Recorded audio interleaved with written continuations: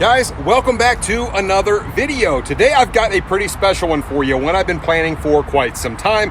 I've actually come to visit my buddy Brees here at the Hurst Autoplex. It's on the east side of Fort Worth, and I love dealing with these guys simply because they have such cool cars. So if you're a car person, this is the place to come because they have all sorts of stuff. Matter of fact, I'm going to give a little bit of a walk around and show you some of the stuff they have, but they're pretty much a performance oriented. They're not necessarily brand oriented. They're all about performance cars here. So I'll show you some of what they have, and I want to show you a lineup because I've got a really cool comparison for some of these cars today, and I can't wait to bring it to you. Also, guys, if you are new to the channel, make sure you hit the subscribe button, which is down here in the corner. Here we go.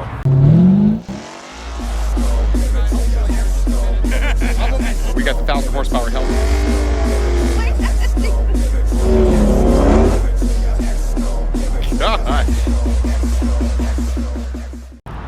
Well, I want to just give you a little taste of kind of what they have here. As you can see, you've got your Mercedes, you've got a Mustang GT, you can see you've got an M5, Charger Hellcat, Camaro Ss, actually 3 SSs all in a row here, and they've got some other really cool stuff up here. Let me show you guys.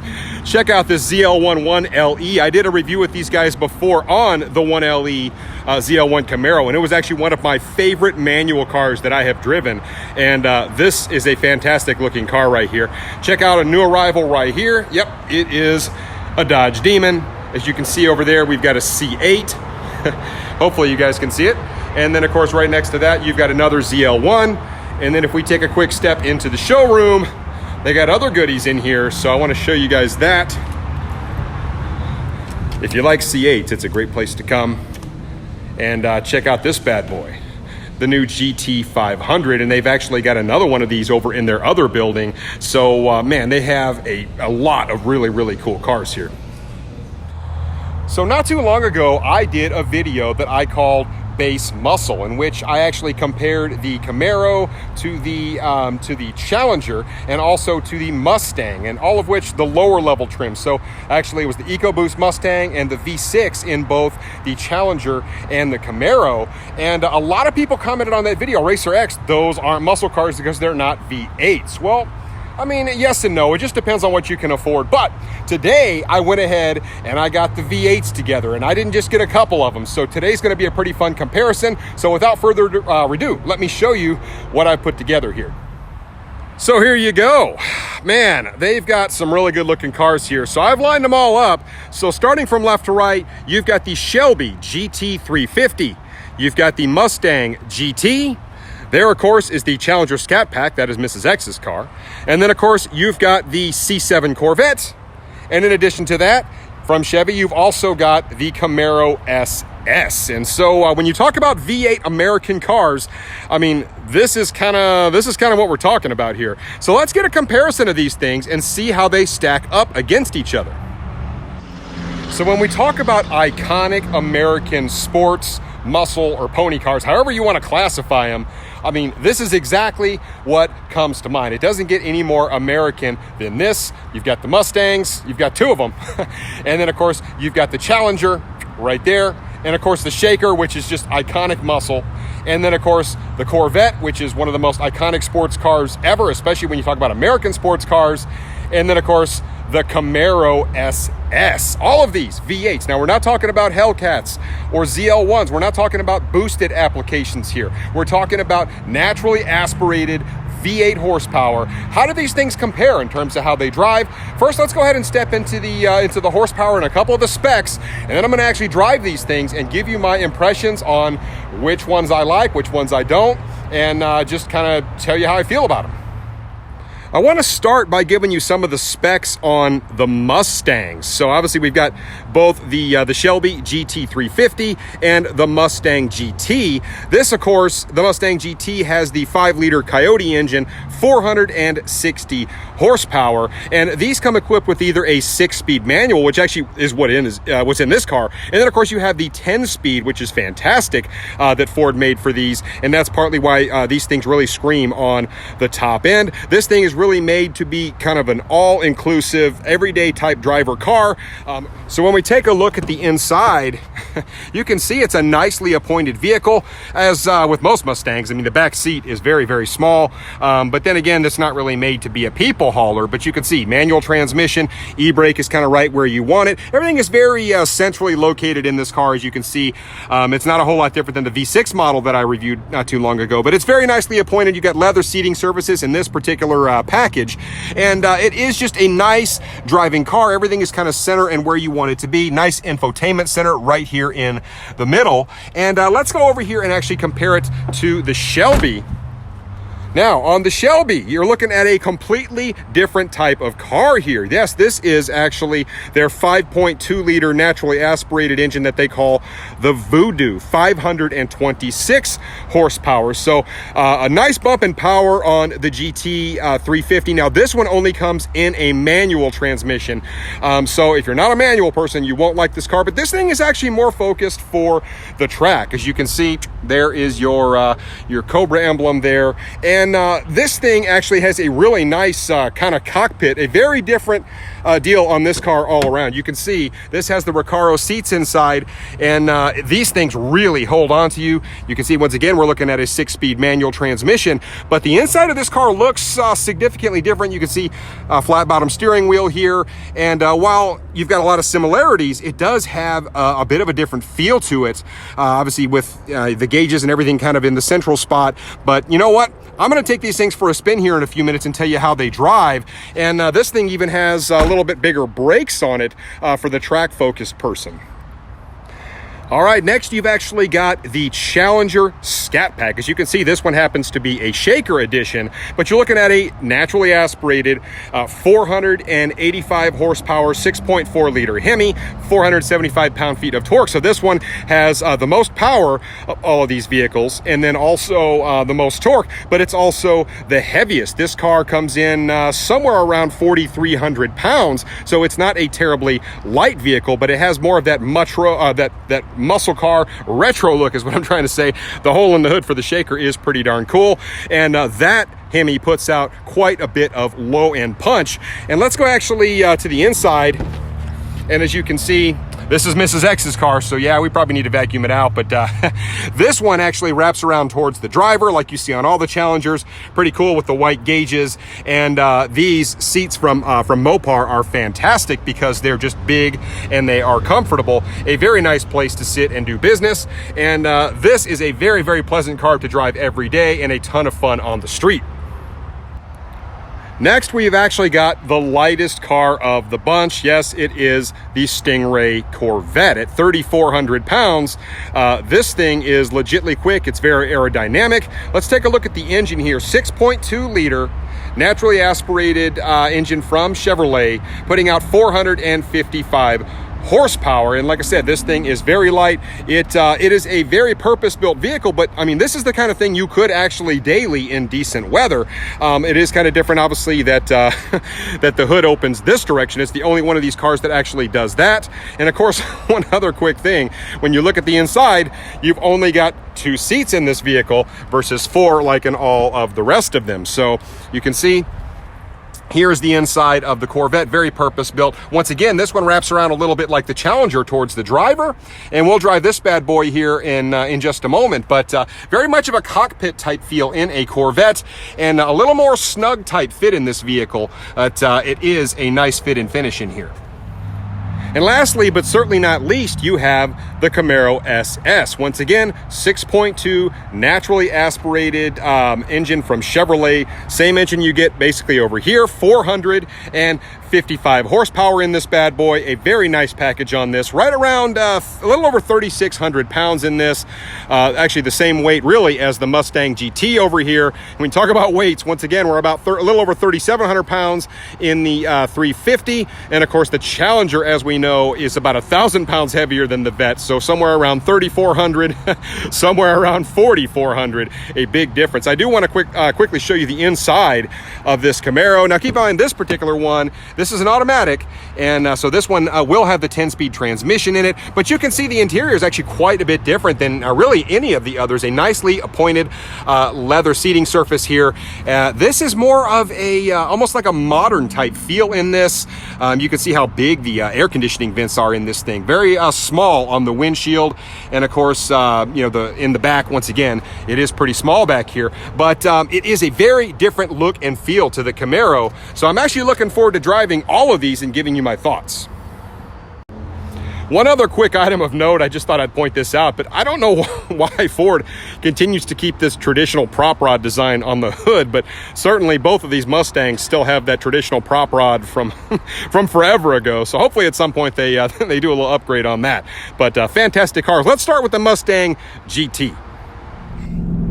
So I'm actually aboard the 2020 Mustang GT, and this actually is a manual car. So this is the 6-speed. Now I have driven the 10-speed automatic, and those cars are absolutely fantastic. The transmission in those things, it just really works. And the one thing I will say about the Mustang, keep in mind, this is in the spirit of this this exercise, it's all about the comparison of these V8 muscle or sports or pony cars, however you want to classify them. I mean, they kind of compete against each other in the same market segment, so to speak. So how does the Mustang really compare to the others? Obviously, I've driven them all before, but I will say, the manual in this, it just feels really nice and comfortable. It's easy to shift. It's not terribly, I mean, I wouldn't say it's overly precise. It certainly doesn't feel kind of as precise maybe as like the ZL11LE, but it has just a real nice feel to it. The clutch is very medium weight, so it sounds good.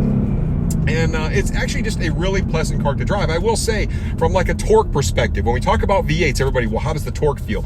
It is not as substantial as the Scatpack. By any stretch of the imagination, the Scatpack on the street is pretty darn torquey. And then, of course, the Camaro, once again, has quite a bit of torque. So down low, this vehicle, while it still feels very healthy, it doesn't really pull that hard, but where this thing really shines is higher up in the RPM band.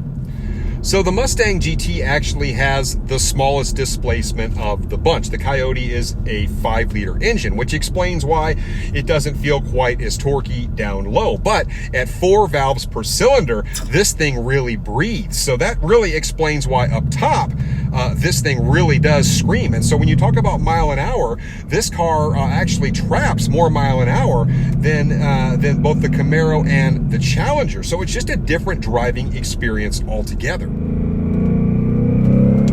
Listen to it go.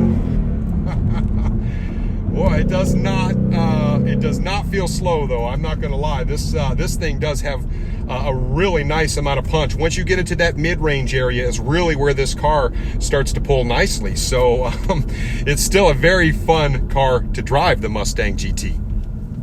Now, lastly, I want to talk a little bit about sort of the fit and finish of this. So, you know, it has a nice feel to it. Like I said, everything is kind of very centric, just kind of flat across the dash. I do like the fact that they kind of used almost this like brushed nickel type look. It kind of gives the car a little bit of a different look. I do kind of like where the e-brake is situated on this. It's not an electric, it's just a traditional e-brake on this car. But in terms of, you know, you got your cup holders, which are centrally located. In terms of just the instrumentation on it, it's a little bit more of like a retro old school instrumentation. This one doesn't have the longer instrumentation that goes all the way across the dash like some of the other Mustangs do. But you know what? It does have a nice feel to it. I kind of like the interior lighting of it, and it actually feels like there's plenty of room in this car, and you can actually see out of it pretty well. So it is kind of in terms, if I was going to daily this thing, it would be a very pleasant vehicle to daily. So no issues with it at all. Well, now I'm actually aboard the Shelby Gt350, and I've got to admit, I like the blue on this car. This is a very striking looking car, but what a difference in feel. When I first fired this thing up, the exhaust on this thing is, it's a much more robust sounding exhaust on this vehicle. And I will admit that the driving feel in this thing is very, very different. First of all, the Recaros really grab around you. So this one doesn't have quite that neutral position that the GT has, but it just feels more aggressive to sit inside. And then of course, as you drive it, as I mentioned before on the Mustang GT, you know, it doesn't have a super precise shifter in it, but it does feel nice. This one feels very, very precise. I have to admit, the shifter in this thing feels very stout and robust, and very boltish, which I like to say sometimes, but I like that feel. And so when you actually go to accelerate in this one, listen to that. Oh, geez. Wow. So once again, we are looking at a flat plane crank V8 in this, which allows this thing to actually rev out like past 8,000 RPMs. I mean, this thing just revs to the moon when you're driving it, and it's just a different driving experience. This one is really made for the enthusiast out there that likes to roll the gears. We're talking about once again, a manual 6-speed transmission in this, but it is a lot of fun to drive this if you're a car enthusiast type person. For your average person, this car might be just a little bit too much or a little bit too cumbersome, because it's basically a track focused vehicle. No, it's not the 350R, but even the standard 350 feels very purpose built when you're sitting in it. And you know, it has a similar feel to the inside than the GT, but there's just a little bit more aggression in this car, and you really feel it when you're sitting in it. So as I mentioned before, this thing doesn't come with an automatic transmission, only the 6-speed available, because really it is made for an enthusiast, kind of like the Vipers used to be. And really a lot of the muscle car or the sports cars used to only come in manual. Now, of course, the automatics have sort of taken over. And I did mention that the 10-speed in the Mustangs is fantastic. But I have to mention that this one is right on par with that ZL1 that I drove in the manual before. This is a lot of fun to drive. Now, I have to imagine that the R version of this would probably be my favorite in the manual, but I will say this thing has a really nice feel to it when you're driving it. It sounds good, and it's almost like the pull on the GT, but just a little bit stronger. But really the big difference is just how high you can rev this out. So if you were going to do a highway pull versus a GT, now the 10-speed's a different story, because those 10-speed cars they're pretty legit, because that transmission really works. But in the manual, I have to imagine that the 350 would really pull away from the GT. And just listen to the sound coming out of the back of this joker. Oh, wow. So what are my final thoughts on the Shelby Gt350? Well, it is very much an enthusiast car. You can feel it when you drive it. Like I said, it reminds me a lot of sort of the ZL1 1LE. I would love to drive an R in this. I think that would be right on par with the 1LE in terms of performance and just the feel of it. Maybe not in a straight line, but it just, you know, kind of the overall feel of the vehicle. But I will say that this thing, this is a lot of fun to drive. Your average person, person that's not a car nut like me, maybe would not like this, the fit and finish of this, but I actually really like it. I like the aggression. I like the way it sounds, and it's just overall, it's a really fun car to drive.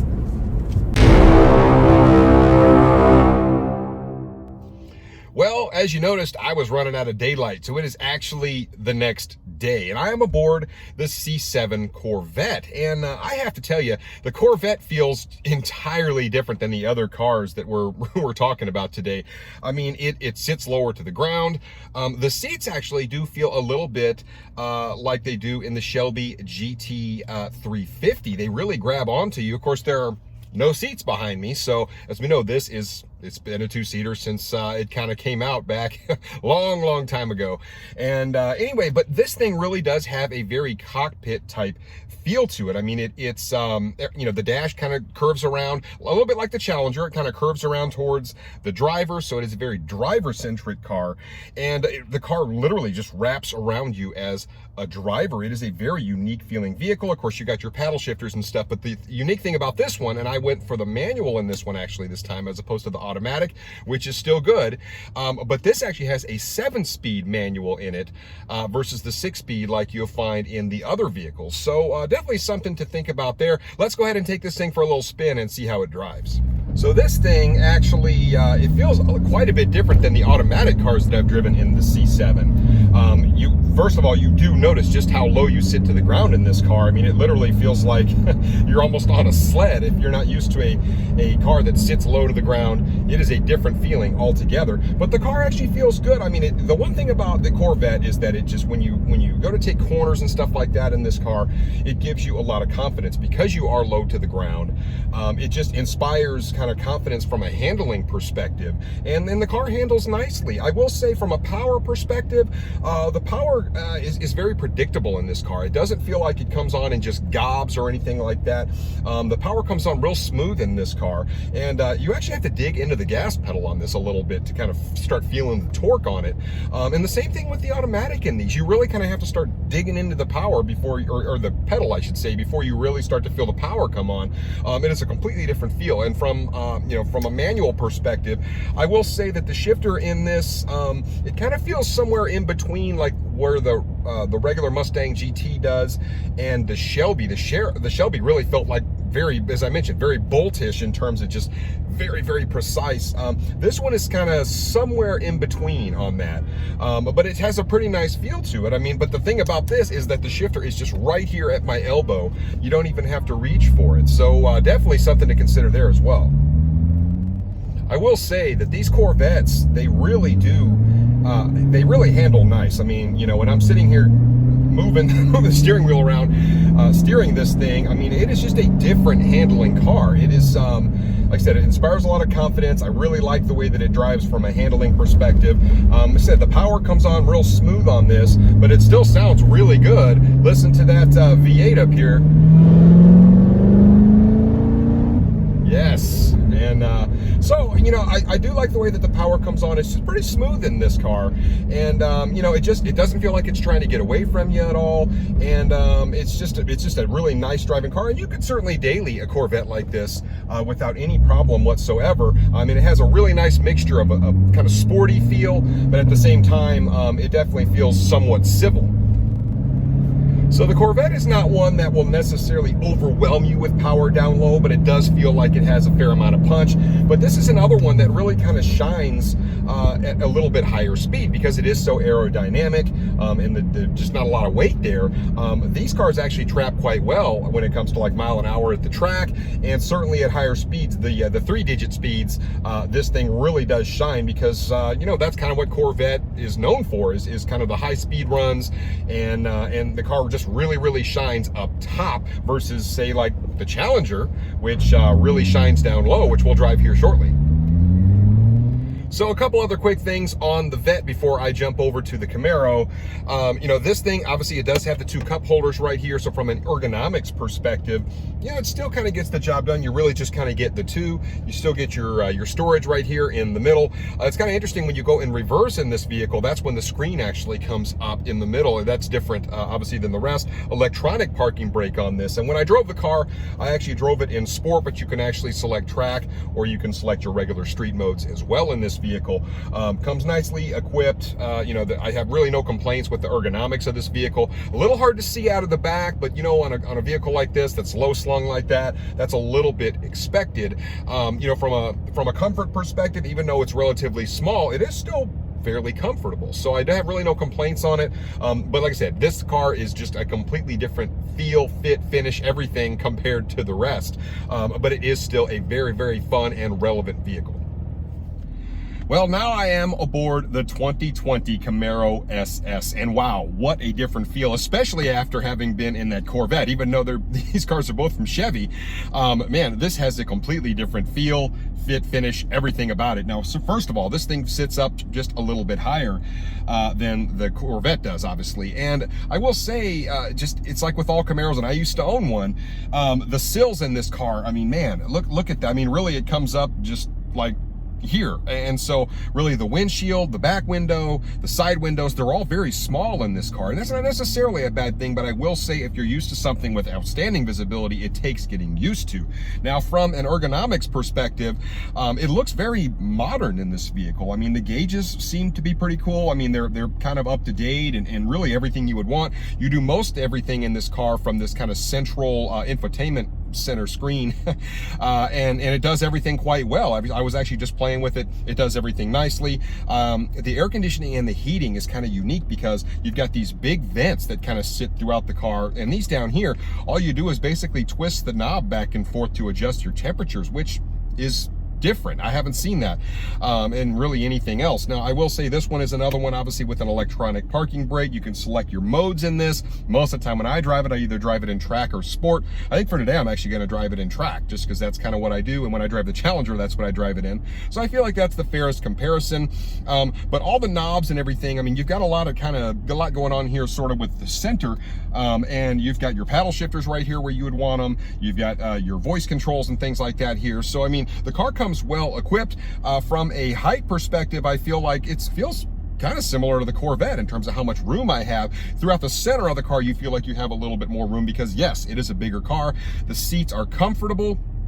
And but they don't quite hug you the same way they do in, say, the 350 or the Corvette, but they're still nice and comfortable. So if you're a little bigger guy, maybe this actually might be a better fit for you. So kind of hard to say there. Well, let's go ahead and take this thing down the road and see how it drives.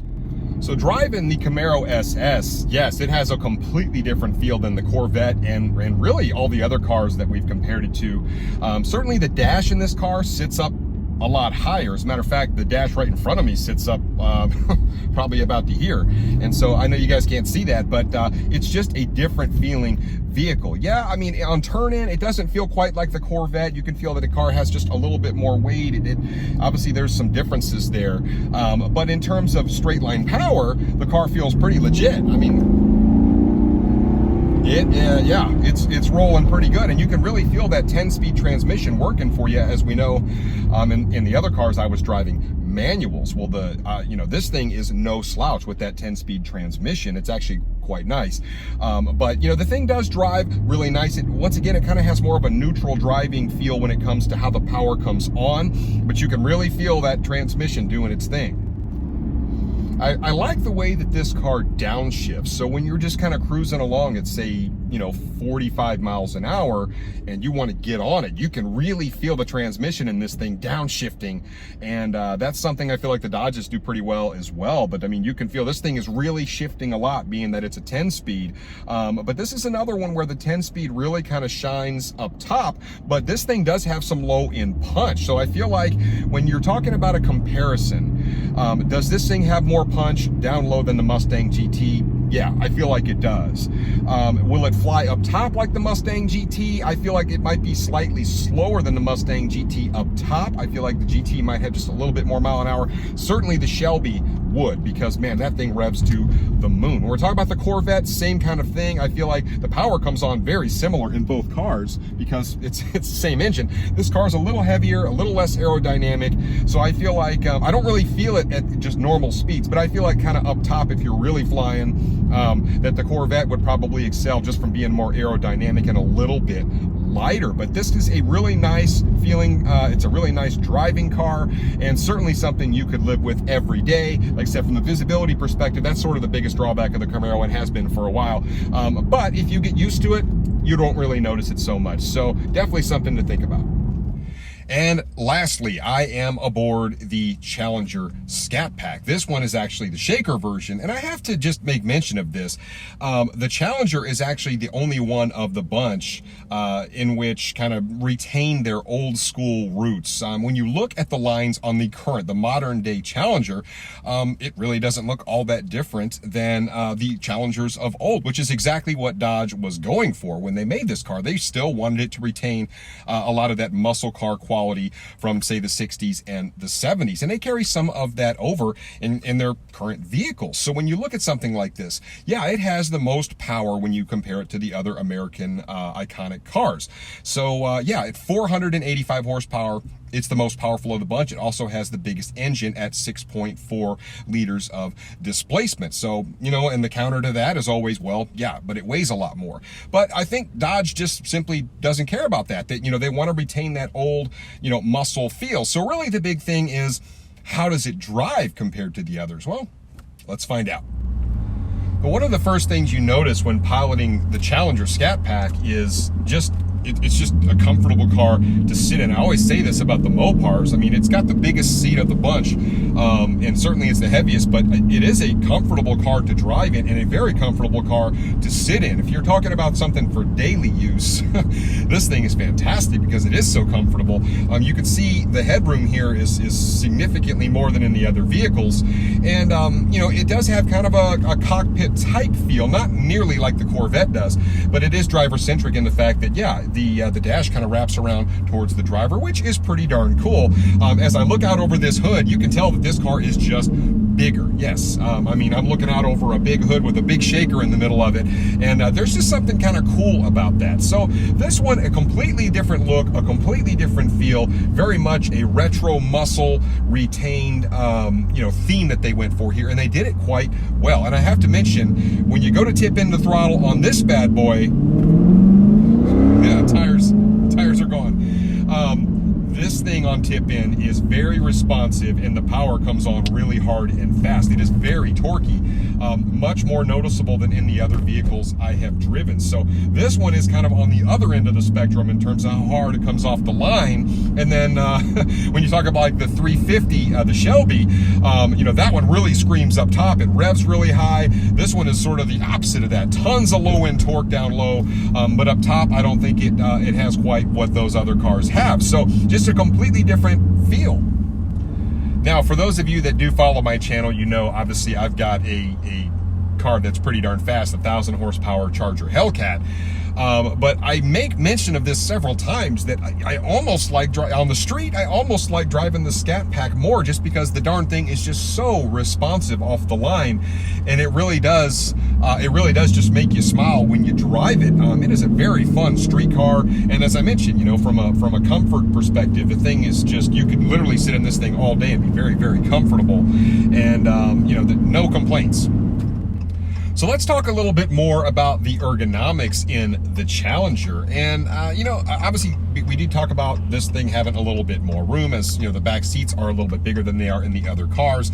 You get their central cup holders. You also get your cup holders on the outside, which, it's just something small, but you know what, something to be considered in case you're somebody who likes to drink a lot. You get your center console storage like you would expect. The center infotainment center, the 8.1 inch screen here, works quite well. You can select your drive modes right from it. Your paddle shifters are right where you'd want them to be in this car. You can see out of it quite well. So a lot of good things to say about the ergonomics of the Challenger. Like I said, certainly from a headroom perspective, you know, things are nice there. And ultimately, at the end of the day, the car is pretty well sorted. The gauges in this car are kind of a little bit retro, but also a little bit more new age. So FCA did a pretty solid job with the gauges in this car. But really, the rock star in the Challenger, as you would expect, is that Hemi. And it does quite a job of getting this big beast out of the hole. And I will say the Hemi has a very unique sound to it when you drive it. It just doesn't sound, you know, when a car goes by and you don't look at it, as long as you know what a Hemi sounds like, you always know when it goes by. Those guys, the Hemi guys, just know what it sounds like. So anyway, a pretty darn cool vehicle in the Challenger.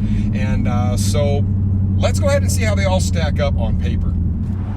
So that is it on the drive. So kind of interesting comparison between all 5 of these iconic American cars. All very different. There's no right or no wrong. It's a very subjective thing when we talk about cars. What one person likes, another person may not like. But I just want to kind of give you an objective viewpoint on what these things do well and don't do well. So I want to give you my final thoughts on how they stack up. Also, I want to take just one quick second and thank my buddies once again here at the Hurst Autoplex here on the east side of Fort Worth. They are fantastic to deal with. They have some gorgeous cars. So if you see anything in this video that you really like or you've been looking for, give these guys a shout because they will take good care of you. Okay, I am now officially back at the house. So I want to sort of sum things up. And as you can see, I've got my little, as I like to call it, my board of death behind me. But this is my little assessment board. As you can see, I have all the cars written down right here on the top. You've got the 350, the Shelby, and then of course you've got the Mustang GT, you've got the Scatpack here, In addition to that, the Vette and the Camaro. So it's really the same order that I drove these cars in, same order I wrote them down. And I've got several different criteria by which we're going to kind of rate these. And mind you, this is a very subjective thing. So at the end of the day, I want to be objective. I want to be fair because each of these cars is great in their own right. So I don't want to take anything away from any of these. There's a reason that these are so popular, that they sell so well, and that they're just generally really, really neat cars. But I want to give you my quick assessment on each of these and tell you why. So I'm going to give all of these cars a rating from 1 to 5 for each of the categories, and then we'll just add up all the points at the end and see what comes out on top. And you guys may completely go a different direction in terms of how you feel like these cars rate for each of these, and that is perfectly fine. As I mentioned, guys, there's nothing wrong with that. So at any rate, I'm going to give you my thoughts on it, and hopefully you guys agree, but if not, that's okay too. So on the first one here, top end pull. I had the number one car actually as the Shelby Gt350, and the reason for that is that thing revs out like crazy. Over 8,000 RPM, it just spins and spins, and it truly is a highway monster. Now, on the next one, it'll be a little bit different story, but in second place, I actually had the Corvette because it is so light. It is the lightest of the bunch, has the same engine as the Camaro Ss, so it's got plenty of power there, very light, and it's very aerodynamic. So the Corvette came in second place. We also have the Mustang GT, 4 valves per cylinder. Now, the 10-speed cars in the Mustang GTs, those things really do rock and roll on the top end. So they're pretty darn quick. And it most definitely gets third. And it's almost right up there with the Corvette, really is. They're very close. So it's kind of hard to call. And then I've got the Camaro, which is actually not far off from the Mustang GT with that 10-speed transmission. This isn't an easy thing. And then, of course, in last place is the heaviest car, which is the Scatpack. So the Scatpack ended up with 5 points. Okay, so next up on the list is low-end punch. And in my mind, this one was fairly clear. I feel like the Scatpack is the clear winner here. As you can see in the middle, Scatpack is the number one. When that Hemi is just so punchy on the Scatpack.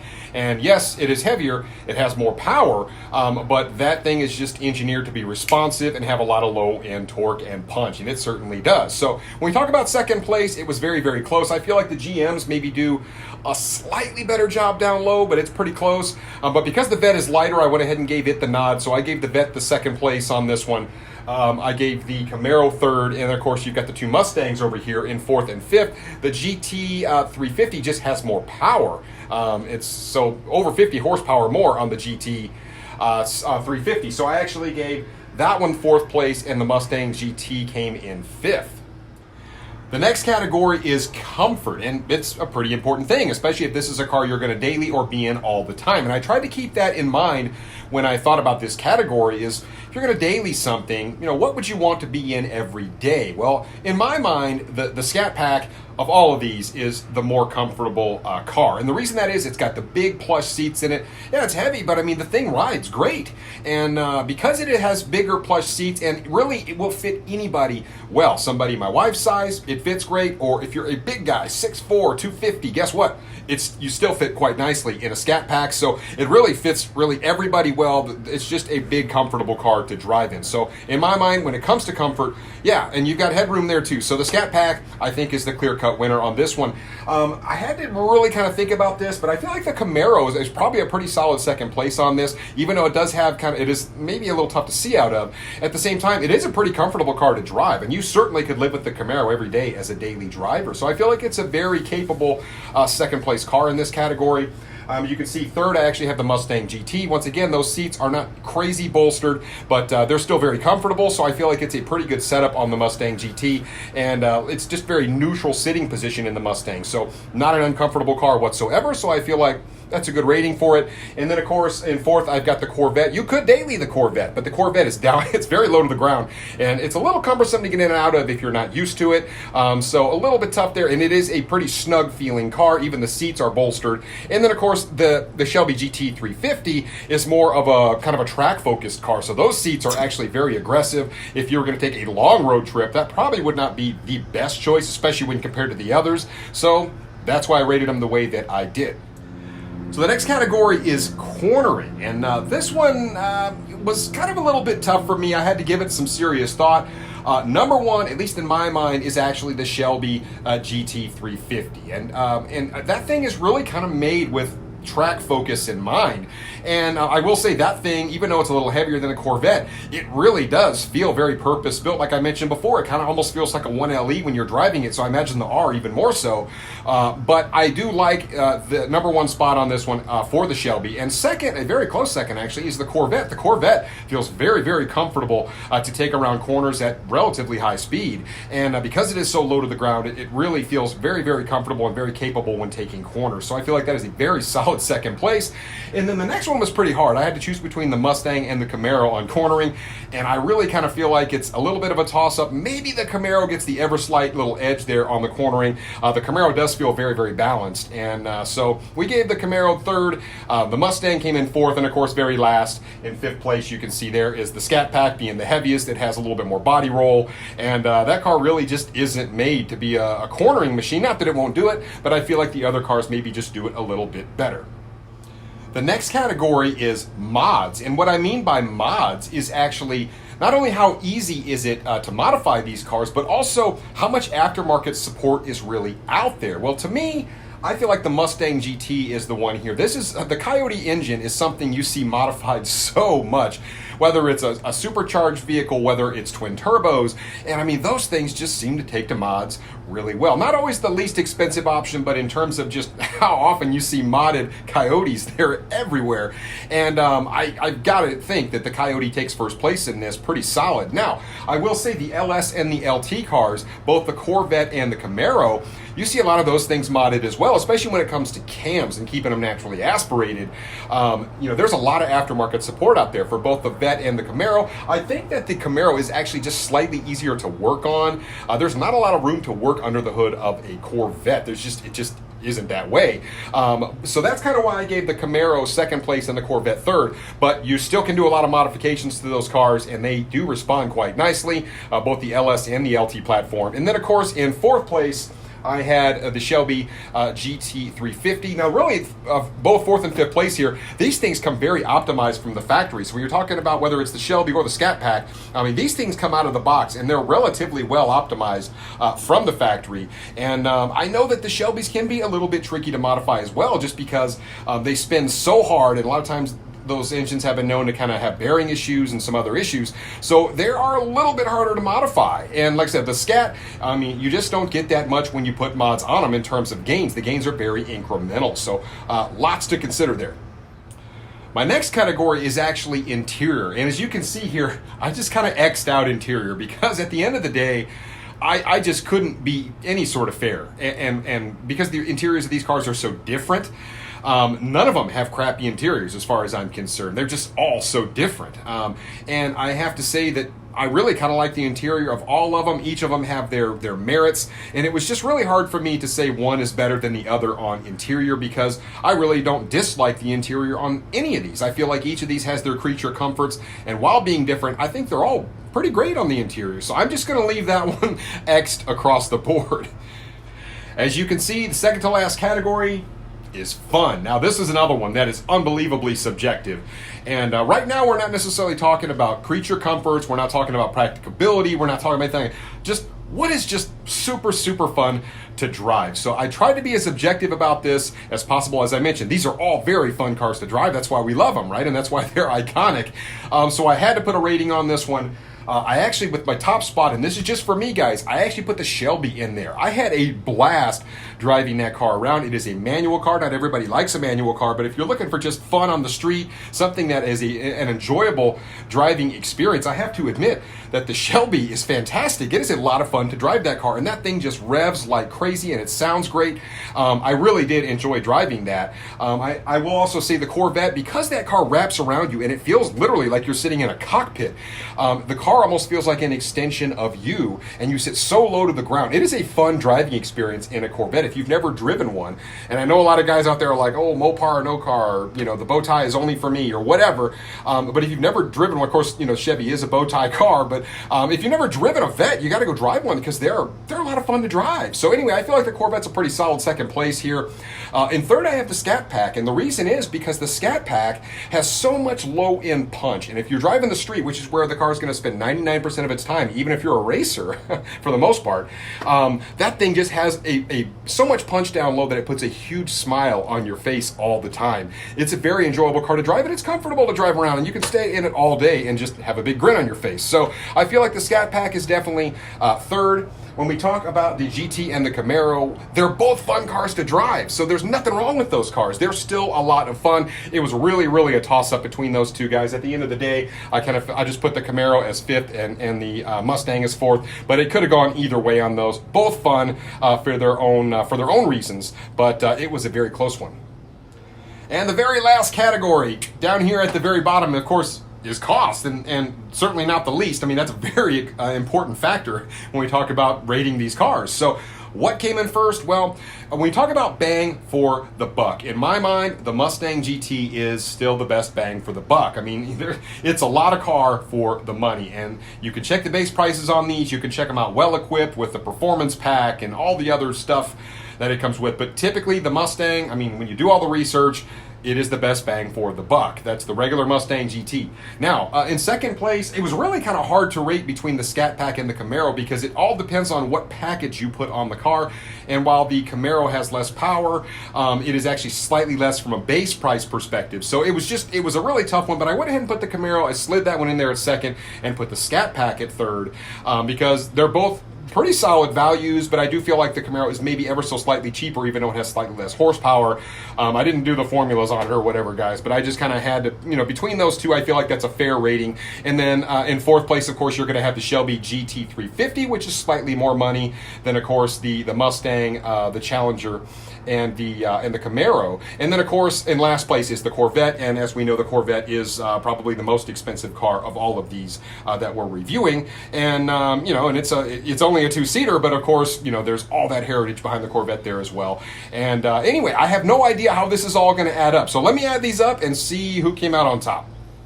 Well, the verdict is in, the numbers are added up, and as you can see, now keep in mind, this is kind of like golf, so typically the lower the score, the better it is for each of these cars. So as you can see, in first place, we actually had a tie between the Shelby Gt350 and the Chevy Corvette. Those 1 and 2 were tied. So for third and fourth place, actually, you can see that the Mustang GT and the Camaro tied. And then the Scatpack actually came in last, which I was really surprised when I added these up because I really was not expecting that, especially considering I kind of have a Mopar channel. But at the end of the day, they're all fantastic. What did in the Scatpack was actually, it finished last in top end pull, also in cornering and mod. So it had 3 last place finishes there, but then also it came in first, obviously, on a couple other items. So anyway, I tried to do this as fairly as possible. A couple other quick things that I did notice, the Camaro actually didn't have any first place finishes, and neither did the Corvette. So all the first place finishes were over here with these 3 cars, and just an interesting result. Well, that wraps up another one. And I really did try to be objective on this. I tried to be fair, and I tried to do what makes sense for each car. At the end of the day, each of these cars has really a pedigree. It is an iconic American car, and they all have their own merits. They're all fantastic in their own way. So I really do want to know what you guys think about my assessment. And just because I have that Hellcat on, guys, I always get the comments. It's, oh, well, he can't be objective because he's wearing a Hellcat hat. Well, that's simply not true. I am an enthusiast through and through, and I really do appreciate all brands, all makes and models. So at the end of the day, it's all subjective, guys. So there's no right or wrong answer to this. That's what makes this car game so much fun. But I appreciate you guys sticking in there with me on this one. Let me know in the comments down below what you think, and I will catch you guys on the next one. So until then, Racer X.